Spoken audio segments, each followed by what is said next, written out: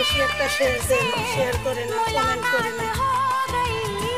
जिससे डरते थे वही बात हो गई।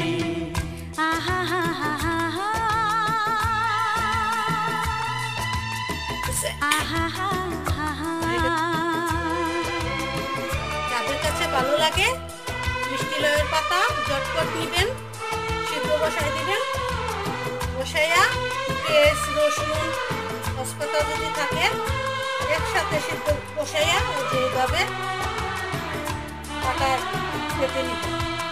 হয়ে গেল আমার ভর্তা।